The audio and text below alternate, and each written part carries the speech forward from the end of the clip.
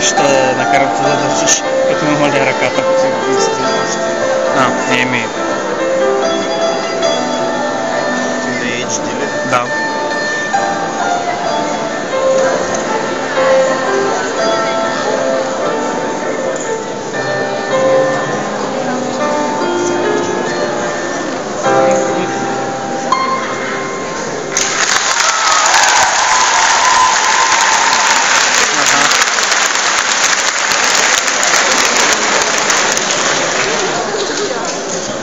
Може би пътят ми е на гениален математик, физик, химик, биолог, откривател или лекар. А може би ще бъда най-обикновен човек, обичащ труда, земята, хората и птиците. По-важно е да намеря другия път, пътят към сърцата на хората, към любовта и уважението им. Специален хумористичен поздрав за абитуриентите от Летиция Каца.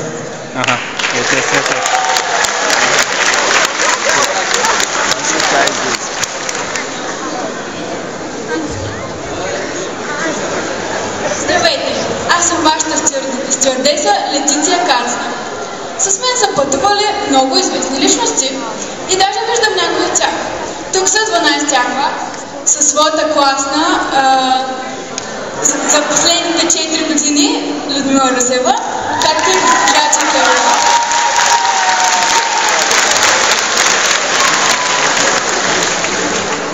Те много обичат да пият кафе.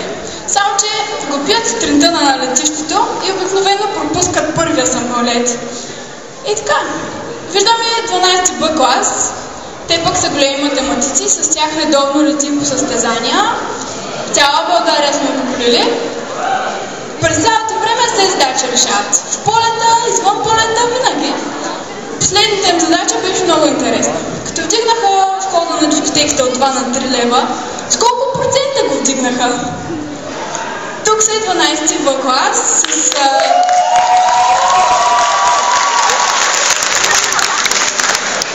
с класен ръководител Веселина Гочева.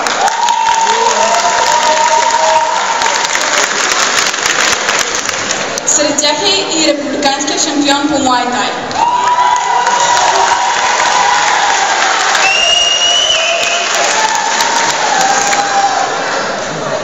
Искате ли да знаете как той спечели шампионата?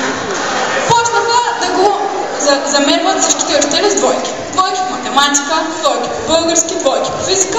Който се сечи се двойки и реши да се изкарва яда на шампионата и просто много я беше събрал.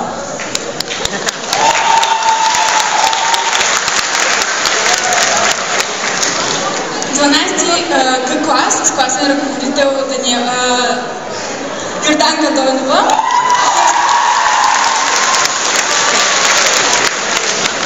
Пък са големи биолози. Някои от тях дори са приети за висши учебни самолети. Един път в единия полет имаше един пътник, който много ги стресна, горките, те всичките момичета. Само обясняваше как самолетите много катастрофират и те затова наядоха храната и останаха такива слабички, тънички, елегантни всичките. Виждам и 12 Д клас с класен ръководител Мариана Панайотова. Те обикновено се поуспиват малко, влизат към 10 часа в летището и се си играят карти. Не знам какво, защото толкова са им интересни тези карти. Също и 12 класа тук.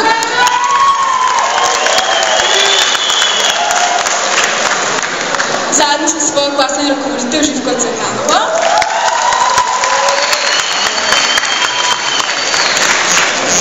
Те пък са вечно недоволни от храната. Все не знаят кафе ли е, супа ли е това, което им е носа. И ме питат, значи това сега кафе ли е, супа ли? Ако е кафе, искаме захар. Ако е супа, искаме сол. И аз им нося и двете, да решат кое искат.